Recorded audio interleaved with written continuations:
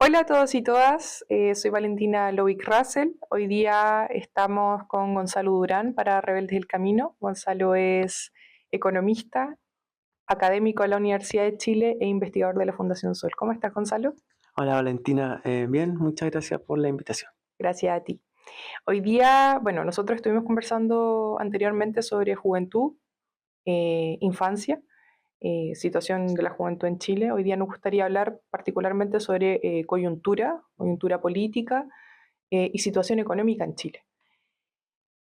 Se habló mucho durante el periodo electoral que el actual gobierno iba a ser un gobierno de corte fascista. ¿Ya? ¿Qué opinión tiene la Fundación Sol respecto a las políticas sociales y económicas que ha impartido el actual gobierno desde que asumió a la fecha? Bueno, el, el devenir en el fondo de lo que ha sucedido en los últimos meses no se puede desconectar de algún modo de un diagnóstico más estructural de lo que ha sido el momento económico de nuestro país. Eh, Hay que entender que Chile lleva más de 15 años en los cuales la situación económica no logra en el fondo salir a flote de manera vigorosa como había sido en el pasado. Eh, y eso no tiene que ver tanto con una cuestión de gobiernos de turno, sino que podríamos relacionarlo mucho más con lo que son las contradicciones propias del capitalismo. Ya sabemos que el capitalismo está atravesado por distintas crisis, ¿ya? Y nosotros hablamos siempre de la crisis estructural del capitalismo. En ese sentido, hoy en día uno ve los niveles de crecimiento económico no solo en Chile, sino en otras partes de la región, y vamos a ver que constantemente se va creciendo siempre menos a lo que se crecía antes. Quizás se sigue creciendo, pero se crece un poco menos, ¿ya? Y en ese sentido lo que busca la clase dominante, en este caso los capitalistas, es buscar mecanismos o herramientas que puedan de algún modo cambiar esa tendencia, revertirla. ¿Cierto? En algún minuto fue eh, eso lo que dio origen, por ejemplo, al neoliberalismo. ¿Ya? Cuando hablamos de la privatización de las empresas públicas, la mercantilización de los derechos sociales, el ataque al trabajo, todo eso son cuestiones que surgieron en los 80, en los 90, y eso dio un impulso para que los niveles de acumulación pudieran mejorar y a partir de eso las rentabilidades del capital pudieran ser más atractivas, ¿no es cierto?, para sus propietarios. Y eso le dio un impulso, ¿no es cierto?, al periodo neoliberal. Pero eso sabemos que en el capitalismo no es permanente, ¿ya? Van a venir nuevas crisis y es lo que estamos viendo hace bastantes años y por lo tanto esa situación y todas esas ganancias que se obtuvieron con ese tipo de mecanismo, hoy en día podemos ver que ya se está de algún modo agotando. Y ahí es donde viene de nuevo, ¿no es cierto?, la planificación, los planes empresariales desde los capitalistas para tratar de buscar nuevas medidas que recompongan la tasa de ganancia a los niveles de acumulación. Entonces uno podría decir, en este minuto, algo que a nivel planetario parece estar dando resultados es el uso de la inteligencia artificial, como una fuerza como que viene a contrarrestar esta caída en la tasa de ganancia. Y en el caso chileno, cuando tú observas el desarrollo de los últimos 30 años, se puede ver que la idea de la mercantilización de los derechos sociales, si bien se originó en la dictadura, la planificación más como en el núcleo, lo que vino después fue algo que muchas veces se pasa por alto, pero yo creo que, y así lo han dicho también otras personas, como que en los gobiernos de la concertación y posterior a ello se profundizó, incluso se mejoró ese diseño. ¿Ya? Entonces, como fue, por ejemplo, el tema de la incorporación del negocio de los créditos estudiantiles, el famoso CAE, lo que significó el tema de las pensiones y cómo ese sistema, por ejemplo, durante el gobierno de Lago se profundizó la elección de los fondos de pensiones y ahora cada vez se va profundizando un poquito más. Y ahora, ya pasando al momento ya más presente, nos encontramos con una economía donde el 1% más rico captura prácticamente la mitad de la riqueza de este país. ¿Ya? Y ese nivel, si bien a nivel comparado esto suele suceder, en el caso chileno vamos a ver que es uno de los más altos a nivel mundial. ¿ya? De hecho, en América Latina tenemos otros casos como Brasil, pero Brasil incluso está como cerca del 47%. México, que también es sumamente desigual, también está abajo. Estados Unidos, que es como la cuna del capitalismo, tiene cerca de un 28%. El 1 se queda con una tercera parte de la torta. En Chile, el 1% se queda con la mitad de la torta. Entonces, nos encontramos ante una situación bastante aguda en cuanto a la concentración de los ingresos. Pero, como decía anteriormente, con una economía donde las tasas de rentabilidad, producto del funcionamiento del capitalismo, también van hacia la baja. Y ahí es donde entonces irrumpe en escena este gobierno de extrema derecha, un gobierno que tiene claramente intereses puestos desde el punto de vista de los empresarios, y por lo tanto volvemos a repetir ciertas fórmulas que son clásicas del empresariado. Y eso ya lo estamos viendo en la discusión como más presente, como por ejemplo el tema de aumentar la precariedad, ¿ya? Aumentar la forma en la cual se puede extraer, digámoslo de manera más clásica, mayor plusvalor a los trabajadores, de manera de explotarlos todavía más de lo que se explota, y con eso recomponer sus niveles de ganancia que se venían deteriorando. ¿Ya? Y eso se puede ver en esta medida de esta mesa de reconstrucción nacional, que lo hemos dicho en distintos foros. No es una mesa neutra, es una mesa que representa los intereses del capital. Hay 9 integrantes y los 9 podemos ir uno a uno. Vamos a determinar que los 9 son representantes del empresariado, partiendo por David Bravo, que es el economista del año del Mercurio, un acérrimo defensor de las AFP. Luego tenemos a 2 personas que son firmantes de un programa económico que lanzó el año pasado, lanzó la derecha, pero estuvo liderado por un economista de la dictadura, Rob Luders. Tenemos a cerca de 3 personas que son exfuncionarios del gobierno de Piñera, tenemos a otra persona que es ex funcionaria de Libertad y Desarrollo, y tenemos también a una persona que es directora de empresa. Ya llevamos 8 personas, nos queda solo una que es la directora del Instituto de Economía de la Católica. Entonces, las 9 personas responden a un perfil súper claro, que es el perfil del empresariado. Y a partir de ahí uno sabe más o menos cuáles son lo que buscan para mejorar esos niveles de rentabilidad que estábamos viendo que se necesita para salir de este momento económico que estábamos hablando. Entonces ahí vamos a ver que el tema de precarizar las condiciones laborales es algo que ya se está llevando a cabo, y podemos, si quieres, hablar un poquito de las medidas que propone esta mesa de reactivación. Súper, o sea, podríamos decir más que fascismo es neoliberalismo. Es que claro, habría que definir qué entendemos por fascismo, qué entendemos por neoliberalismo. Claro. Yo creo que aquí claramente tenemos una situación donde no es el fascismo antiguo, ¿no es cierto? Clásico. Clásico de los años 30 en Italia, sino que hay algunos intelectuales que lo han llamado como un neofascismo. Claro. ¿Ya? Que en ese sentido yo creo que tiene características de represor sobre la clase trabajadora de manera muy directa, pero se trata de hacerlo de manera más sutil, Claro. no de manera abierta con una violencia explícita, sino que podríamos decir que una violencia más institucional a partir de cambiar las leyes y las reglas del juego, a favor obviamente de los intereses del capital. En ese sentido estamos viendo que este gobierno busca instalar una terapia de shock, por así decirlo, a casi 40 años de lo que fue la última terapia de shock que como país sufrimos en la dictadura. Súper. Oye, y aporta de lo que es la generación como el presupuesto gubernamental, estamos ya, bueno, a fines de año se supone que empieza como todo el proceso. Se ha hablado de impuestos, se ha hablado de seguridad, también se ha hablado sobre bueno, diversas formas en las cuales se supone que el gobierno va a hacer o va a atender la catástrofe que supuestamente asedia a Chile. Para la Fundación Sol, ¿hay crisis económica en Chile?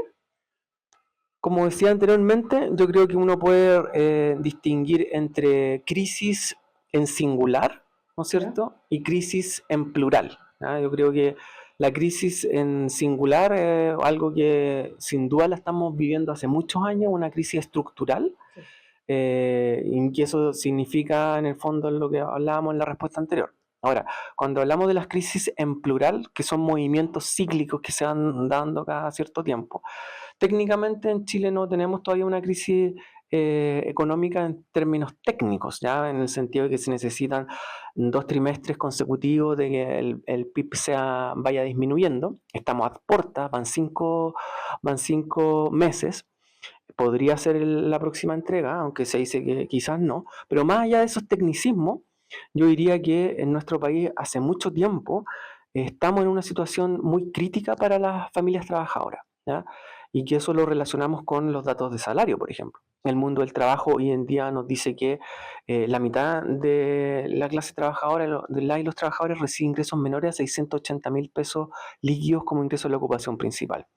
Lo cual es bastante evidente que está muy descolocado con lo que son los estándares de vida y el costo de vida que tiene un país como Chile, y en particular acá lo que pasa en Santiago.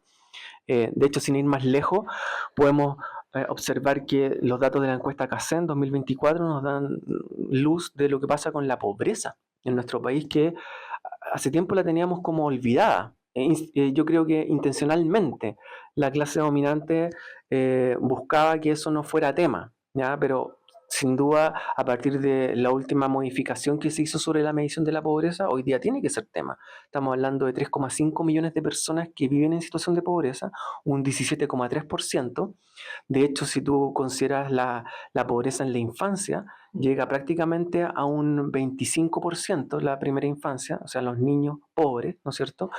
Y cuando nos concentramos en el segmento de las personas migrantes, la pobreza en la infancia puede superar fácilmente el 50%. O sea, 1 de cada 2 niños o niñas, hijos de migrantes, son pobres en Chile, ¿ya? Entonces, si tú me preguntas si estamos en crisis, yo creo que al menos desde esa perspectiva más materialista, sí estamos en una crisis que es estructural y muy severa en nuestro país.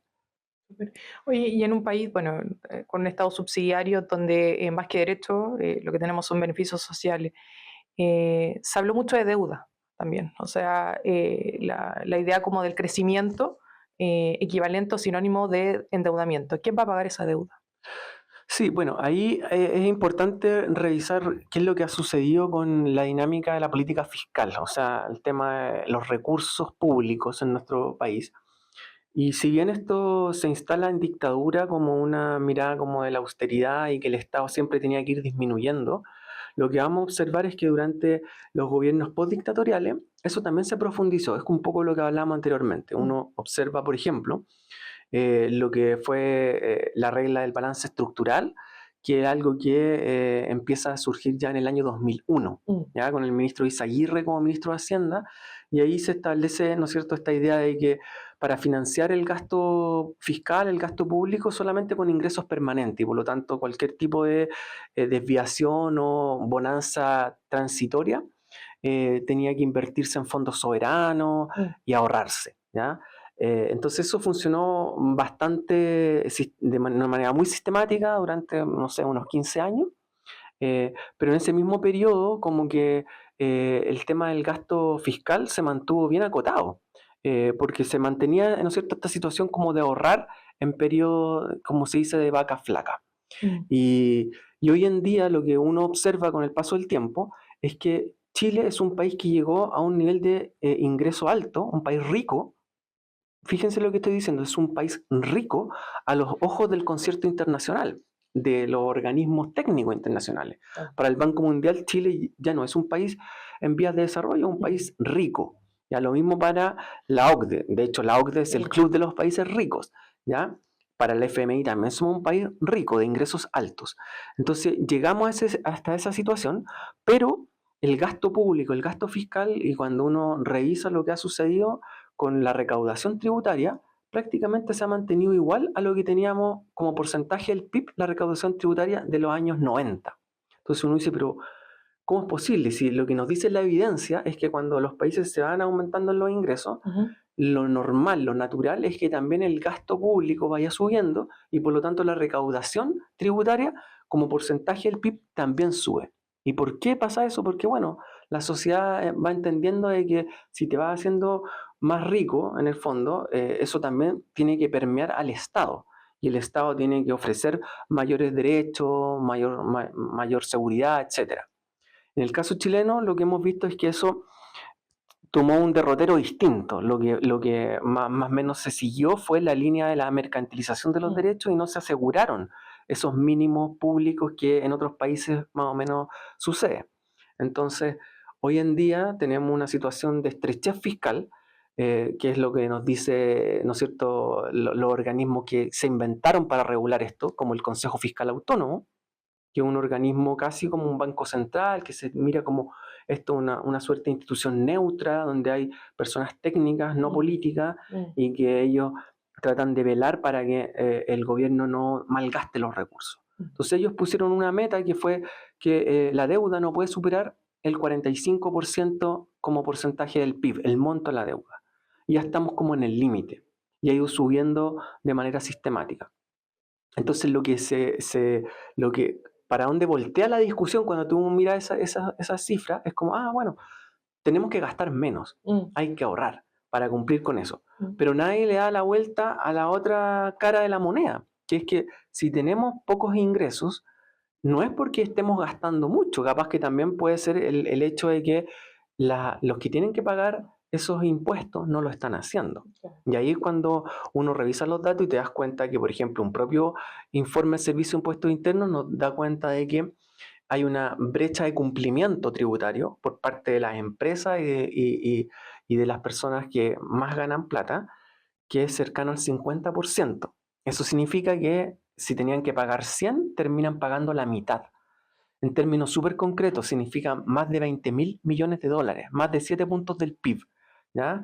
Lo que estamos dejando de recibir porque estas personas finalmente eluden o evaden sus obligaciones tributarias, y no hay un plan como decidido para tratar de capturar esa renta, así como lo vemos hoy en día con el CAE, ¿no es cierto? Donde dicen, estas personas están plenamente identificadas, les vaciamos las cuentas corrientes, todo. Bueno, con el empresariado no pasa lo mismo.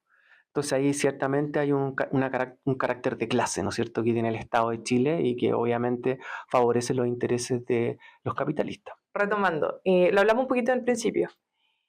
¿Qué explicaría para ustedes la consolidación del modelo neoliberal en Chile? O sea, ¿cómo llegamos a la situación en la que estamos? ¿Por qué llegamos a la situación en la que estamos? Y de la manera en que se expresa hoy día para los trabajadores y trabajadoras.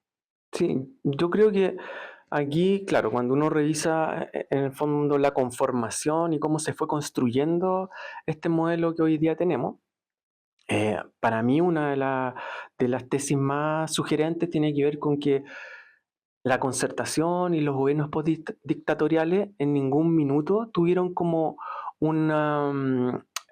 por así decirlo, pusieron al trabajo como al centro de lo que fuera una agenda de acción, quizá, o una estrategia de desarrollo, por así decirlo. En un momento se planteaba esta tesis de el temor a que Pinochet volviera al poder en los años 90 y que era frágil, pero aún así, después nunca se tuvo como la convicción de que el trabajo podía ser realmente una suerte de transformación estructural, ¿ya? Y eso tú lo puedes, en el fondo, evaluar en función a los proyectos de negociación colectiva por rama, que nunca existieron. De hecho, en el gobierno anterior tampoco fue algo fidedigno, por así decirlo, porque se presenta 2 semanas antes de que venga el receso legislativo y el cambio de gobierno. Yeah. Entonces, a partir de eso, tú podrías mostrar que hay una continuidad en cuanto al pensamiento ideológico, económico, por parte de lo que fue la dictadura y por parte de lo que fue los gobiernos postdictatoriales. ¿Ya? Ahí hay un libro que se acaba de lanzar que es La mano izquierda del capital, de Fernando Leiva, que un poco habla sobre este tema, y yo creo que es interesante también seguirle la pista. Y bueno, yo creo que por ahí hay un elemento central, es decir, cómo se despreció al mundo del trabajo, porque ahí no estaban las convicciones como de desarrollo, sino que más bien aquí había la lógica de potenciar una economía por la vía de potenciar a los empresarios y sin importar necesariamente las condiciones de distribución, lo que es la desigualdad. De hecho, la desigualdad recién comienza a ser un tema de manera muy sutil, más tímida, a partir del segundo gobierno de la presidenta Bachelet, que tampoco digamos que fue una cuestión súper progresista. De hecho, ahí se generó una reforma laboral que también trajo enormes complicaciones al mundo del trabajo, como puede ser la instauración de los servicios mínimos en caso de las huelgas y otras cosas más. Entonces, yo creo que cómo llegamos a este modelo fue principalmente por la vía de que la política y los políticos que estaban en ese entonces desechó ocupar o seguir la vía del trabajo y poner al trabajo al centro de la estrategia de desarrollo. O sea, nosotros lo pensábamos así como discutimos salario antes que trabajo. Y yo creo que es uno de los elementos como hito de cómo el neoliberalismo ha permeado ideológicamente los cerebros de los trabajadores y trabajadoras. Em, Dentro de todo este panorama, el variopinto de gobiernos que hemos tenido a la transición a la fecha y como para ir cerrando, cada uno con su propia idea de país, con su propia idea de desarrollo, etcétera. ¿Ha habido alguno que ha tenido algún atisbo o ha buscado encaminarse hacia la construcción de un nuevo modelo económico en Chile? Claro, es una pregunta interesante. Yo creo que de una perspectiva de economía política crítica, Ujú. yo creo que no hay ninguno de los gobiernos que ha pasado que haya tenido como esa intención, ¿ya? Más bien lo que uno observa es una suerte de administración del modelo, pero por ejemplo en el gobierno de Boric, como tratar de disminuir algunos malestares, ¿no es cierto? Pero incluso en esa forma consolidar el modelo. Ya lo vimos, por ejemplo, en la reforma de pensiones, Sí. ¿ya? Donde es una reforma que está en el corazón o en el ADN del modelo económico, por la importancia que tiene en el mercado de capitales, etcétera. Y lo que hizo el gobierno de Boric, en lugar de buscar una transformación, una ruptura con ese modelo, más bien lo fortaleció, ¿ya?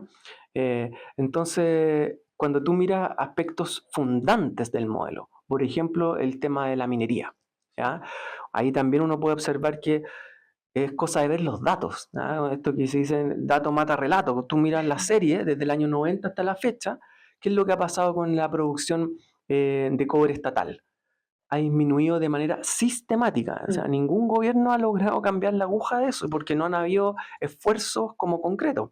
Y hoy en día, antes hablábamos que la producción ya era una crisis, estábamos un 30% de producción del cobre era estatal, cuando en los 90 era un 70%. Y decíamos un 30%, ya una crisis casi terminal. Bueno, el último dato que aparece en Cochilco es un 25% y sigue bajando. Entonces, ahí tú te das cuenta de que hay un modelo que parece ser que no les incomoda a las personas que han gobernado. Incluso cuando tú miras Codelco, y Codelco es la empresa estatal, pero Codelco funciona igual que una empresa privada. En Codelco el 80% del empleo es subcontratado. Sí. Lo mismo que pasa en toda la industria. Entonces, ahí yo creo que es bastante evidente que no hay una intención de eh, cambiar o de transformar de manera estructural lo que es el modelo económico, si es que, por ejemplo, tú no tienes sobre la agenda pública una discusión profunda sobre el tema de la renacionalización. Se acaban de cumplir 55 años de la nacionalización del año 71 y esa discusión yo creo que es clave. Tú observas, hoy día estamos en un panorama donde los precios internacionales del cobre están a niveles totalmente inéditos, así récord absoluto, ¿ya? Tú tienes una empresa en Chile que tiene el yacimiento más importante de cobre en el mundo, que es la Minera Escondida, en el norte, ¿no es cierto?, en Antofagasta, en donde esa pura empresa está generando excedentes, utilidades para el bolsillo de los accionistas cercanos a los 10.000 millones, no de pesos, de dólares, 10.000 millones de dólares en un año. La reforma que está planteando Kast, él hablaba de disminuir el gasto en cerca de 6.000 millones de dólares. O sea, esto ya supera en 4.000 millones lo que es la propia reforma que tanto se está discutiendo, en una sola empresa. Y claro, es el yacimiento de cobre más importante del mundo. Pero entonces ahí la pregunta es, ¿por qué esta minera en los últimos 15 años ha logrado excedentes que acumulan más de 150.000 millones de dólares?